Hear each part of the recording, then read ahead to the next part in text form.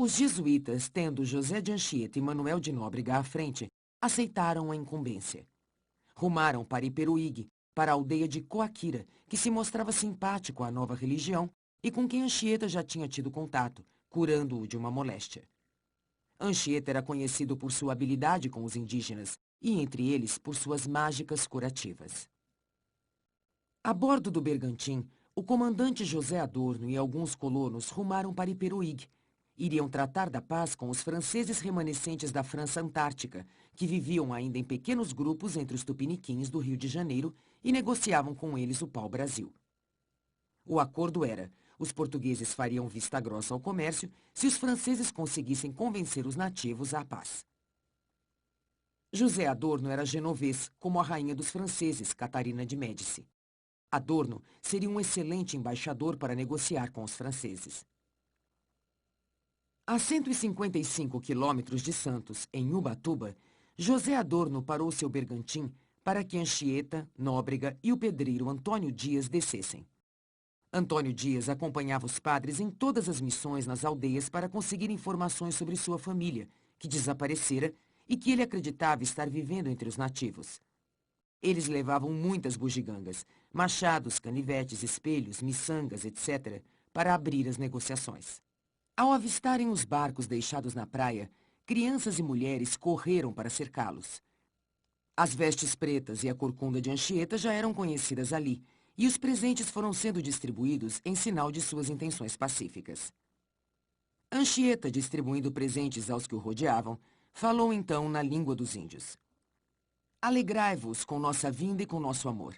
Queremos ficar entre vós, ensinar-vos as coisas de Deus, para que ele vos dê alimento farto, boa saúde, vitória sobre seus inimigos. Com esses dizeres, ele conquistou a confiança dos índios e pediu a eles para conduzi-lo ao chefe, Coaquira. Foram então conduzidos até a aldeia, onde esperavam encontrar-se com Coaquira. Não muito longe dali, os bravos tamoios arquitetavam o fim da guerra e a investida final contra os portugueses. Na aldeia, Anchieta ajudou a tratar dos feridos da guerra que para lá foram removidos, e dessa forma amealhou a simpatia dos índios. Ficaram na aldeia por muitas horas, e aos poucos uma apreensão começou a tomar conta deles, pois temiam que pudessem ser mortos antes mesmo de cumprirem a missão da qual haviam sido incumbidos. Mas só encontraram com Coaquira no dia seguinte. No encontro, disseram ter sido enviados por Deus para negociar a paz com os tamoios. Disseram que os portugueses haviam sido punidos por serem maus com os índios e por escravizá-los, coisa com a qual os padres jamais haviam concordado. Diziam que os portugueses se mostravam arrependidos e que iriam dali para frente agir de maneira diferente e viver em paz com os índios. Coaquira ouviu os padres, mas disse que a decisão caberia ao conselho e que levaria o pedido aos outros chefes. Aimberê tinha acabado de receber a notícia de que Ernesto lhe tinha dado um neto que também se chamaria Aimberê, quando os mensageiros chegaram com as notícias de Iperuígue e com as novas que os padres traziam. Ernesto era um dos revoltosos franceses expulsos por Villegagnon. Foi viver entre os tupinambás como índio, sendo recebido por eles como um igual. Ernesto tinha tomado como esposa a índia Potira, então com 14 anos, filha de Aimberê, como uma de suas esposas. Aimberê desconfiou da proposta dos padres. Acreditava tratar-se de um ardil dos portugueses e procurou ouvir os seus e os grupos de franceses que por ali restavam. Alguns também acreditavam ser um ardil dos portugueses, outros que a paz seria benéfica para os tamoios, outros ainda acreditavam na sinceridade dos padres. Era preciso ouvir o que os outros chefes achavam daquilo. À frente de 10 canoas, Aimberê rumou com Ernesto para Iperuígue. Quando estavam na altura da Ilha Grande, passaram pelo bergantim de José Adorno. Este sinalizou que queria lhes falar, e Aimberê pediu que Ernesto fosse conversar com o branco, que se apresentou como genovês, dizendo que desejava falar com os grupos franceses que ainda restavam na Guanabara. Ernesto questionou se a proposta dos portugueses era sincera e se poderiam confiar neles.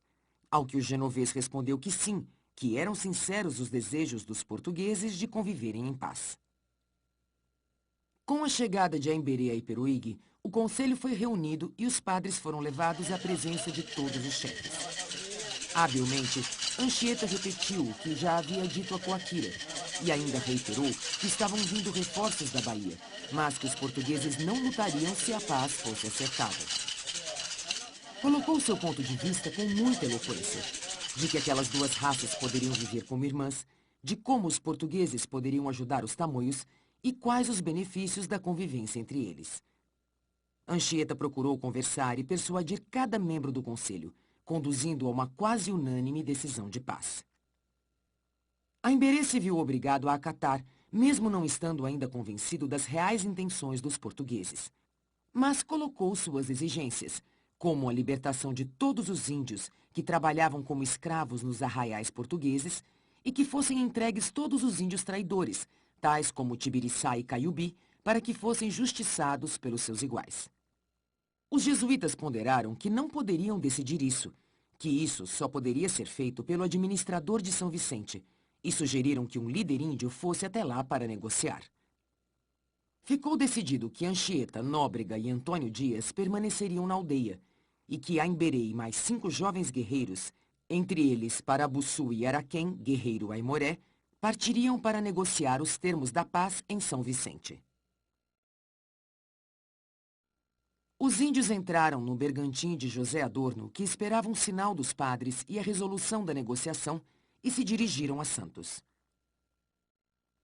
Chegando a Piratininga, Aimberê ficou sabendo que Tibiriçá morrera de uma doença havia poucas luas e que Caiubi morrera em combate. Sendo assim, parte das condições tornava-se desnecessária. Restava apenas a libertação dos índios escravizados e condenados a trabalhos forçados nas fazendas portuguesas. Os portugueses logo concordaram com as exigências, pois parte dos índios já havia fugido durante as guerras e dos poucos que restavam, alguns estavam lá porque queriam.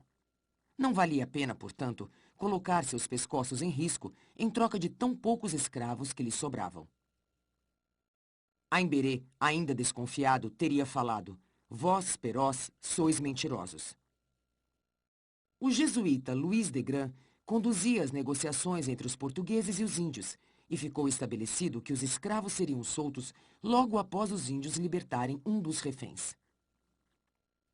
Paralelamente à negociação mantida por Aimberê e os portugueses, Parabuçu e Araquém buscavam, entre os índios guaianazes que viviam nas proximidades do Colégio de Padres, informações sobre o paradeiro de Iguaçu.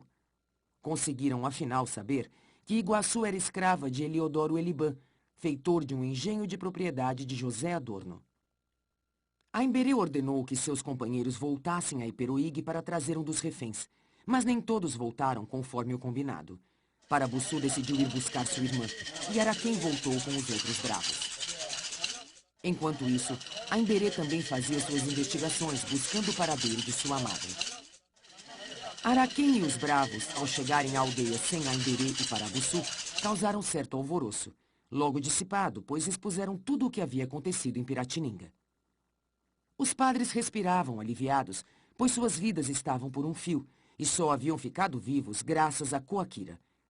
Nóbrega partiu de volta com Araquém, deixando Anchieta ainda como refém. Ao chegar a Piratininga, Nóbrega precisou de alguns dias para se refazer da viagem e das emoções vividas no convívio com os índios. Aimberê se impacientou um pouco, porque queria pôr termo à negociação que libertaria todos os índios do jugo português, entre eles sua amada Iguaçu. Após concluídas as negociações, com os índios sendo libertados, Aimberê rumou à fazenda na qual Iguaçu estaria prisioneira de Eliodoro Eliban. Para sua angústia, encontrou a fazenda deserta, sem sinal de vida, sem indicações do que teria acontecido ali.